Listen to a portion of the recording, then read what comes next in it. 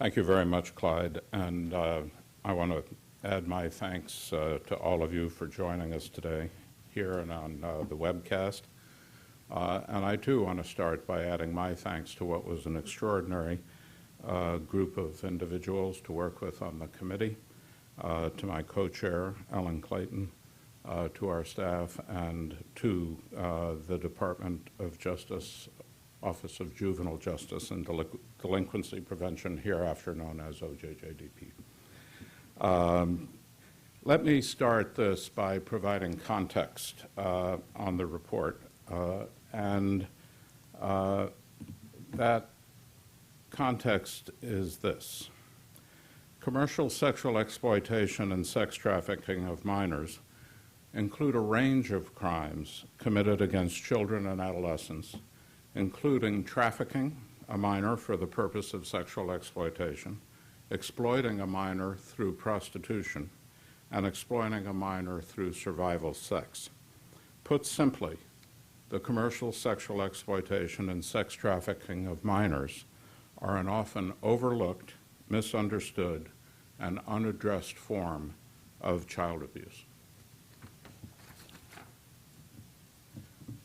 Commercial sex and sexual exploitation and sex trafficking of minors may be underreported or undiscovered. The victims may not be recognized. For example, these crimes may be overlooked or underreported because they frequently occur at the margins of our society and behind closed doors. Their victims are often vulnerable,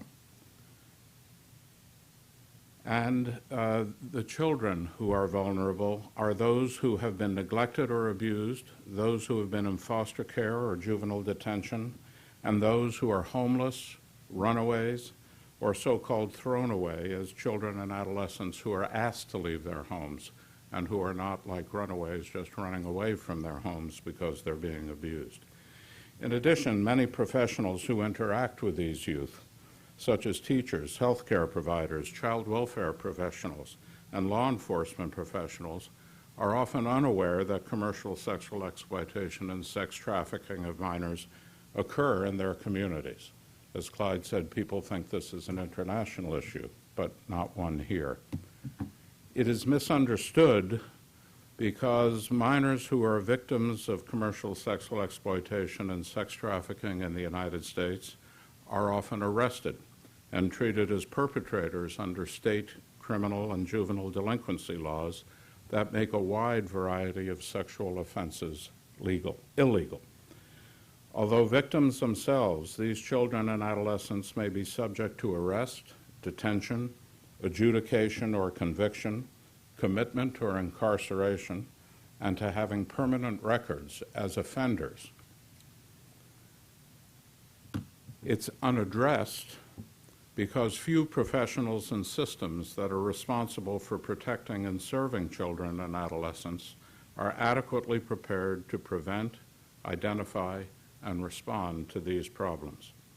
Further, broad consensus exists among professionals in each sector that serves victims and survivors of commercial sexual exploitation and sex trafficking that there are too few services available to meet current needs, and that services that do exist are unevenly distributed geographically, lack adequate resources, and vary in their ability to provide specialized care to these victims and the survivors of these crimes.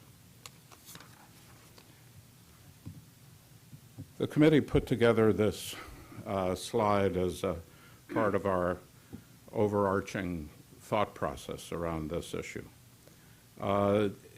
This is an emerging area of research and practice. As such, there is a lot that we still do not know. However, the committee found evidence that commercial sexual exploitation and sex trafficking of minors are multiply determined with risk factors at several levels as depicted in this slide.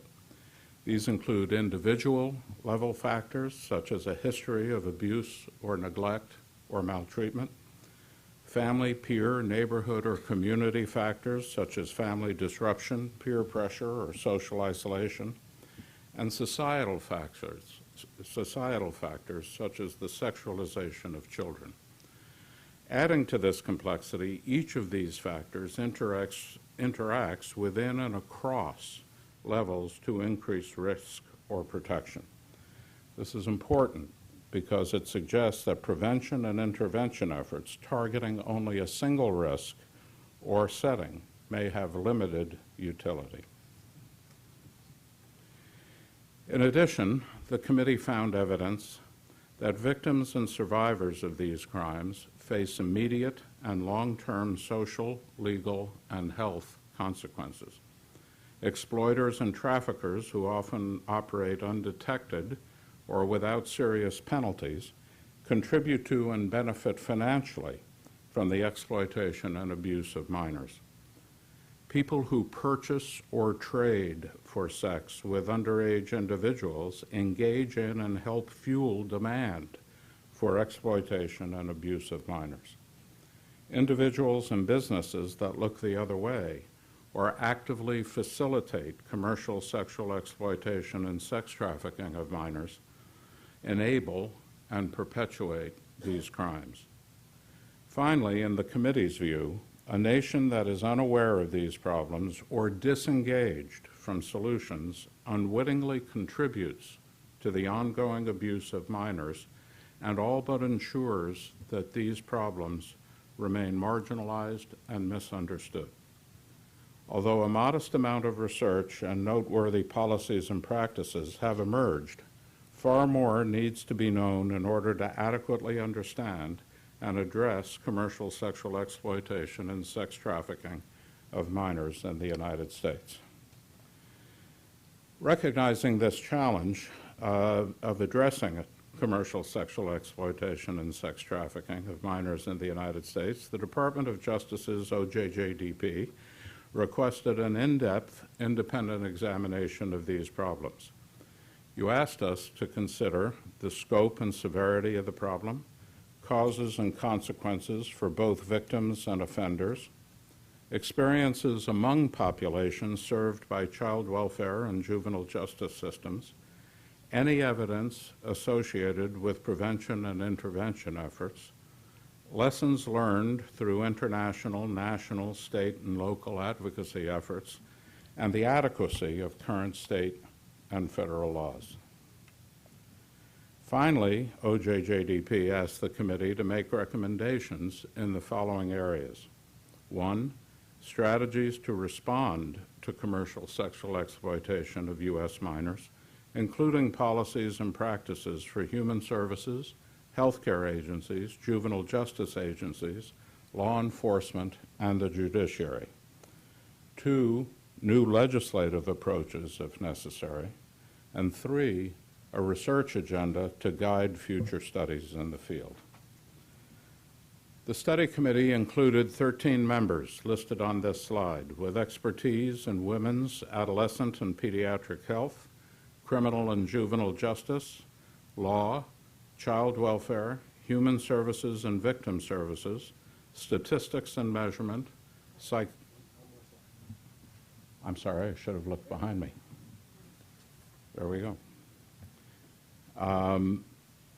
Statistics and measurement, psychology, sociology, nursing, social work, public health, health disparities, and technology.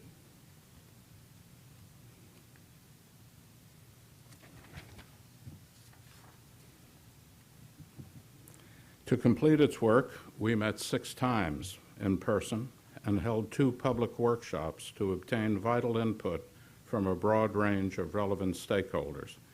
In addition, small groups of committee members and study staff participated in a series of regional site visits to learn about the efforts of a range of organizations in different parts of the country with different populations. These site visits included in-depth discussions of local challenges and noteworthy practices. And as you can see on this slide, we went coast to coast. We were in Boston, San Francisco, Chicago, and New York with the 4 regional site visits. And all of that has led up to the report that's being issued today. This report is organized in 3 parts. Part 1 provides a foundation for understanding the commercial sexual exploitation and sex trafficking of minors in the United States. It includes an overview of the nature and extent of these crimes, an examination of risk factors and consequences, and a review of current laws. Part 2 examines current and emerging strategies for preventing and identifying these crimes, for assisting and supporting victims and survivors, for addressing exploiters and traffickers.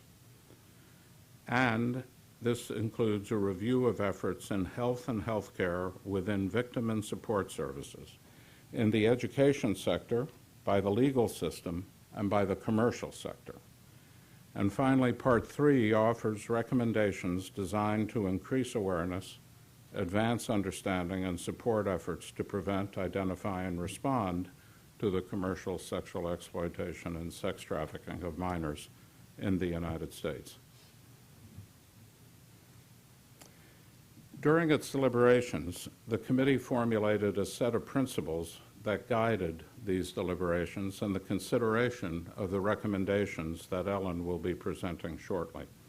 The guiding principles state that commercial sexual exploitation and sex trafficking of minors should be understood as acts of abuse and violence against children and adolescents.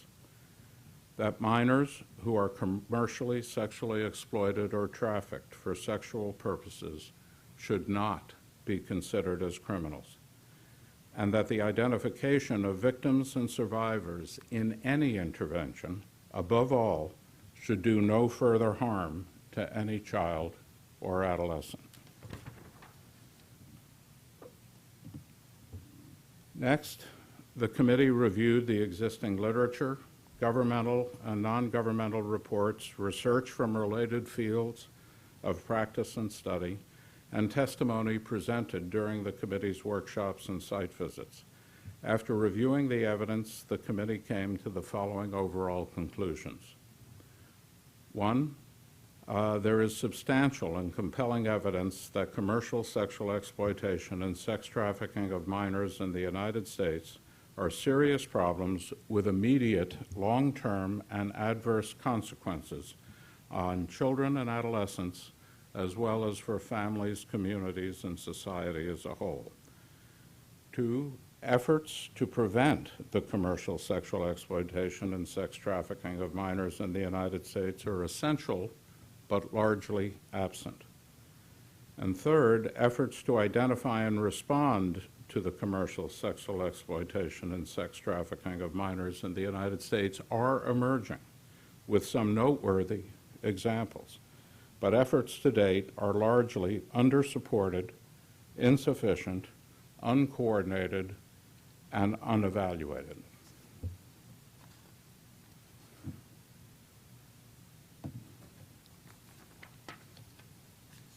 Efforts to prevent and identify and respond to commercial sexual exploitation and sex trafficking of minors in the United States require collaborative approaches that build on the core capabilities of people and entities from a range of sectors. And finally, efforts to address commercial sexual exploitation and sex trafficking of minors in the United States need to confront demand and the individuals who commit and benefit these crimes. Now I'd like to turn over this presentation to my co-chair to present the recommendations. Al?